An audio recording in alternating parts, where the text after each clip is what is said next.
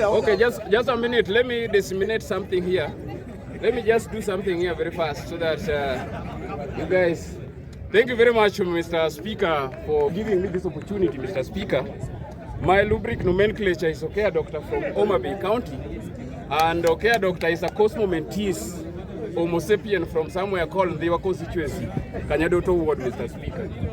Mr. Speaker, as we confabulate in this gravitas around, Mr. Speaker, allow me just to regurgitate my point of view vis-a-vis M23, Mr. Speaker.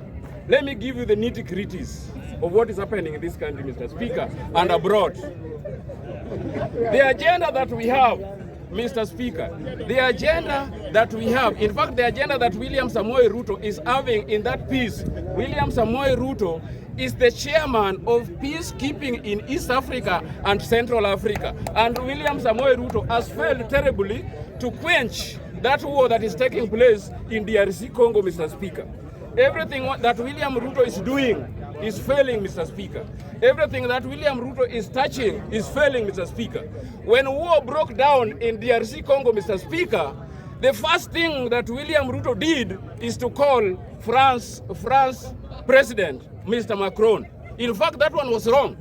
Mr. William Ruto was supposed to call Kagame, call this guy called Uganda president, and consult them about the war.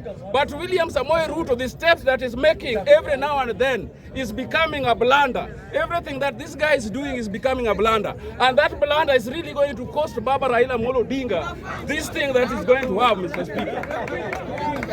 Mr. Speaker, we the people, we wanted Baba Raila Amolo Odinga to go to Addis Ababa and pass, Mr. Speaker.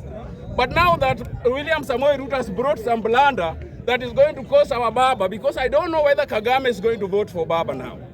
I don't know whether that Tshisekedi is going to vote for Baba today.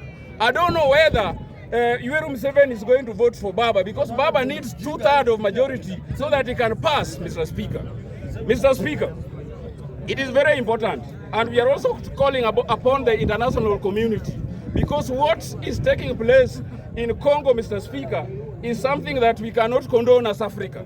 Because those people, there are so many children who are dying there. There are so many families who are being lost there. There are so many properties which are being lost there. And I'm telling you, Mr. Speaker, that we need to come together and help those people. But the problem that we have, the person who is supposed to help us achieve that is Mr. William Samoei Ruto, who is failing, who is isolated, who is scared, who is marooned, who is suffering from a palatable page of mountain history, who is also discombobulated our economic amateur here. Mr. Speaker, that guy is not going to allow us have success in Congo, Mr. Speaker. Allow me to say, Mr. Speaker, as I clear, Mr. Speaker, that what we have today in this country, there are so many killings that is taking place, Mr. Speaker. Just 1 minute, I disseminate this. Mr. Speaker, there are so many killings that is taking place in our country here, and we need to talk about them, because these killings is cutting across all the tribes in this country. There is no Luo that is not being killed. There is no Mukikuyu that is not being killed. There is no Mukamba that is not being killed. And we are supposed to talk about them. Some people are telling us that they are in government. They are in government and Luos are dying. They are in government and Kikuyos are dying. We need a country that is working for all of us. We need a country that we can feel safe, that we belong to this country. Now, as you walk here, you look at your back and say, ukiona Subaru sahi, Mr. Speaker, ukiona tu Subaru sahi, Mr. Speaker, unaona ni kama utadabdaktiwa. Sahi ukiona, that is why naona wana wanatembea na rungu. Mimi pia sahi ukiniangalia, ufuko yangu nitaanza kutembea na mawe, Mr. Speaker. Allow me to say this as I wind up, Mr. Speaker, that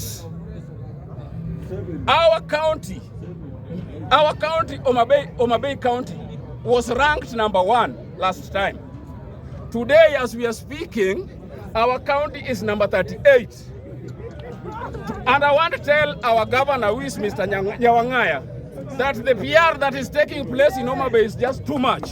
Sijui kama alikuwa ametembea sana na Kasongo, mpaka Kasongo akamwambia vile sasa hizi vitu zinafanywa. Mimi niliona Kasongo alienda huko. Kitu alifanya ni press ups, ndio niliona akifanya.